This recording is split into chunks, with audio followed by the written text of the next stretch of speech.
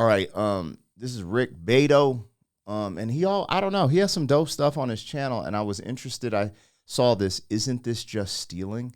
He always does stuff about music, so I wanted to see what he's talking about here and pop off. So let's get into it, you guys. Before that, though, make sure you subscribe to his channel. He is super cracking, and I feel like he's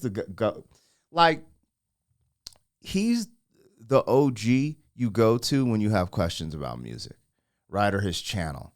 You know what I'm saying? Like, he's just a wealth of knowledge in so many different aspects. I really appreciate his content and subject matter. So subscribe to him, follow him if you don't already, and let's see what he's talking about on this one. Over the past couple days, I keep getting fed the same couple videos. I'm sure you have too, because both of these videos have over 50 or 60 million views. Let me play them for you. At home, 'cause I was doing better alone.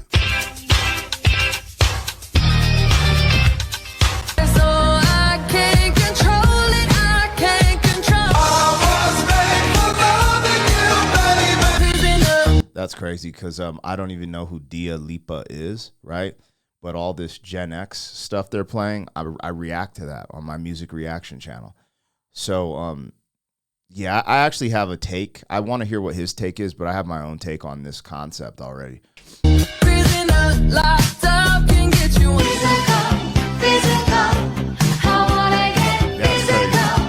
And then... At home, 'cause I was doing better alone. You know, the funny thing is, these aren't even music channels. This is something you might expect to see on YouTube Shorts for me or on Instagram. These are just regular channels. And regular people can see how these news songs are directly copied. The melodies sound identical. They're so similar that they're like, yeah, we all get this. You don't even have to explain it to them. So I thought to myself, I wonder if the songwriters are actually getting credited for this. Let's start with the song Prison. Ooh, I'm excited to see this, because that's a great question. See, this is why I like his channel. He always takes things to a place that, you know, and he'll do the research like on his channel. I got to get a little bit better at doing research while I'm recording too, because I like this. I already like the direction this is going. Again, I have my own take on this, and I'll talk about it at some point. But yeah. Prisoner by Miley Cyrus, because it uses two songs that it borrows the melody from. I Was Made for Loving You by Kiss and Physical by Olivia Newton-John. The first song was I Was Made for Loving You. It's on Kiss's record Dynasty, which came out in 1979. The songwriters, Paul Stanley. So okay. Vinnie Poncia and my old friend Desmond Child. If we take a look at Prisoner, you'll notice none of the three songwriters are credited. Next we have Physical. That's crazy. By Olivia Newton-John, which is from the record Physical, which came out in 1981. Songwriters Steve Kipner and Terry Shattuck. Neither of them are credited either. I don't understand how they can use the same melody, note for note, and not get credited for it. But let's see if it actually mentions either of these songs in the Wikipedia entry. Under Prisoner for Miley Cyrus, it says the song's chorus interpolates the melody from Olivia Newton-John's 1981 song Physical. Interpolates, what does that mean? Let's click on that word here. It says, in popular music, interpolation refers to using a melody or portions of a melody, often with modified lyrics from a previously recorded song, but re-recording the melody instead of directly sampling it. It's often used when the artist or label who owns the recording declines to license the sample, or licensing the piece of music is considered too costly. Okay, so... Kanye West is known for interpolation. I didn't know that until he just read but that's exactly what Kanye West did on his first album. He went and he played, so one of the things, and this is kind of hearsay, this is what I always had heard. So if I'm incorrect, strike me down, not YouTube. Do not strike me, YouTube. Kanye would replay samples and then speed them up. Right. And then so he didn't have to pay the royalty for sampling. There was like a less royalty for replaying the music, if that makes sense. So but Kanye has always kind of done, like, that's one of the artists that I really like, who's always sampled. And like, I mean, through the wire, is so obvious, through the fire from Shaka Khan and stuff like that. So yeah. All right, let's see this. What he's saying here. Interpolating something is you basically steal the melody, and as long as you're re-recording it with new lyrics, that it becomes yours. I don't get this yet. Let's check out the next two songs. Break My Heart by Dua Lipa, which came out in 2020, and Need You Tonight by INXS, which was released in 1987. The guitar riff is so similar that I remember commenting on it back in 2020 in one of my videos, saying that's lifted from INXS.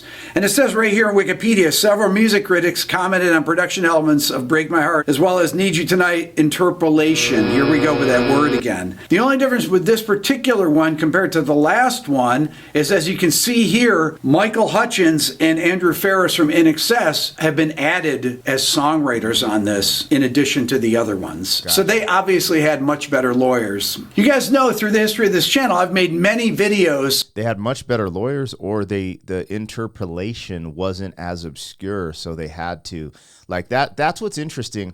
I don't know enough about music law, but people find the loopholes. Producers find like, oh, it was off by this octave, so it's really like what, I don't know if there's been a case where they like have the extreme definition of interpolation, but this is the same thing with fair use on YouTube. There is not a clear, dry and cut definition of fair use, right? Because they say it's using a small piece of someone's content, but when you're doubling that content, let's say doing a reaction video, they just don't really have a definition. Like no one's went to court and has been like so-and-so versus this person, and this is the defining case of fair use. So I wonder if there is a defining case of interpolation. There probably is. But yeah, I agree. First and foremost, if you're taking other people's shit, they should get accredited for it, and they should make money for it. Not just credited. They need to get the publishing and all these different little mechanical royalties that come with, with you utilizing their original piece of work, whatever capacity it is. I have more to talk about this, but let's see what else he's saying. Of copyright infringement lawsuits, and also where songs have been lifted from other songs, or as far as I was concerned. Matter of fact, there was a song, Justin Bieber song, Anyone. The chorus is pretty much identical to the song Going Home by Toto, that you would never know unless you actually listen to these Toto records. Here's a little bit from that video. Toto, Bieber. Toto, Bieber.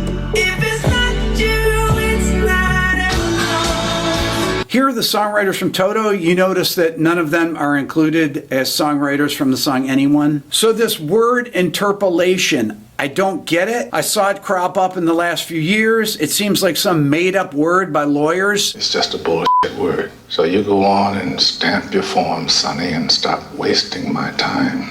When music professionals have to work on these for weeks or months at a time, you'd think that somewhere someone would have said, hey, this sounds too similar to this other song.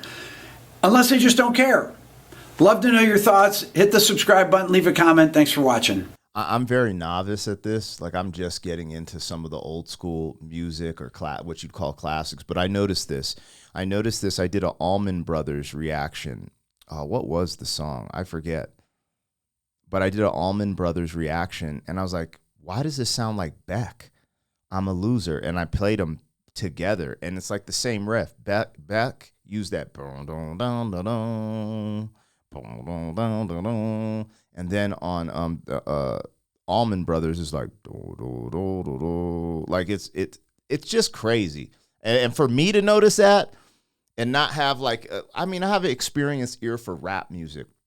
So this is my take, and I'd love to hear your take in the comments. Is this just stealing? And I guess the other question is it acceptable, right? So one, in my opinion, it's stealing if the owners don't get credit and they don't get paid for it. If the original makers of this don't get credit for it, it is stealing, okay? If they're getting credit for it and they're receiving publishings, it's in a sense borrowing. It's still kind of like stealing in a sense, but let's talk about this because I've been slowly but surely learning. And the one thing I noticed is people have been doing covers forever, right?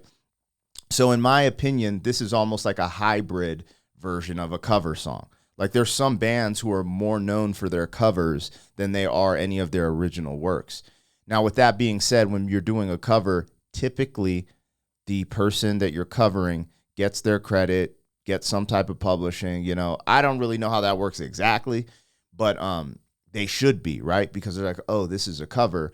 And I see a lot of parallels there because there is a lot of things. I never knew Dolly Parton saying, I will always love you, right? I always grew up just, Whitney Houston sings that. You know what I'm saying? So there'll be a lot of different things I learn in real time. So one, I think, also we go back. This is what's kind of scary, the music industry. And I'd love to hear what Rick would think about this concept. And correct me if I'm wrong, right? I'm just going to say the group's name. But I've always heard that Led Zeppelin was known for taking other artists' music at some capacity, from blues artists, from this artist to that artist, and reincorporating it in their music on many different levels. That's just one of the groups, but there's multiple groups who have been doing stuff like that, right? Comedians steal jokes, etc. So that's a part of the culture of the music industry. Musicians, people, it's just like sports. People taking PEDs versus people who don't take it. It's like it's always going to be prevalent. And I think the music industry has gotten to a level where it's so cookie cutter. Like all that shit he just played, I will never listen to. I'm talking about like I'm listening to INXS and stuff like that, reacting. But the Lipa, Miley Cyrus, I'll never listen to that shit, man. Because from an instant, you can just tell it's manufactured garbage, right? So this is what we're looking at. Instead of focusing on finding artists who are going to break the mold, bands who are going to break the mold, cutting edge art, what we're seeing is we're just going to redo everything from the 80s and the 90s. Like you notice that with popular culture right now. They try to redo all these classic movies like Karate Kid, stuff like that, and it never amounts up to the originals, ever. Ghostbusters, they literally ruin the originals by just being lazy and reproducing it. And that's what they're doing in the music industry. They're just more covert about it, right? Like you're not getting Ghostbusters, Star Wars, Karate Kid, that legendary iconic name. They're not just using that. They're using the melodies. They're using the riffs. They're using, you know what I'm saying? And so they're covertly interpolations getting away with it. It's bullshit, in my opinion. Then again, this is coming from a rapper who also understands sampling and how important sampling is for hip hop, right? We were sampling drum beats and drum patterns and then sampling other stuff and making beats. And this is actually the birth of hip hop. So I hate to say it, but then there's a part of me like, damn, is hip hop a part of the reason for this? But then again, I tell you it's the culture, because it's like people rag on hip hop so much. I think I start listening like, hey, or do they have a point? But then I'm like, if you're telling me one of the greatest groups of all time, Led Zeppelin, was allegedly taking things and using them, I think that's interesting to just say, oh, hip hoppers, because hip hoppers do put a totally new spin. Good producers totally rearrange the original work where you can't even tell it's the original work most of the time, right? Like they're chopping in 4-bar samples, speeding stuff up, slowing it down, just take little pieces. It just depends, The real dope thing about hip hop is the original producers. Like when Scott Storch is in there playing the piano for Dr. Dre beats, and they're making original compositions for rap. And I think people forget about that as well. They're like, oh, they just steal stuff. So that's kind of my take on it. I think it's absolutely stealing, especially if the original artist isn't getting paid and getting the recognition for it. However, I think it's just a part of the industry. This is just the new norm, is people are lazy with art. And I do think that's why real artists kind of rise to the top very fast. Now they're going to push this bubblegum pop bullshit. It just makes money. It always will make money. They saw it from the Jackson 5 to, the Backstreet Boys to this, to that. They can reproduce these things. This is why you hear reoccurring sounds in music like Three Doors Down, Stayed, Creed, having that signature sound of the time because they're like, oh, this person said, well, this will be a hit. So that's my take on it. Anyways, you guys let me know what you think. And, hey, I'll catch you guys on the next one. City boy, city boy.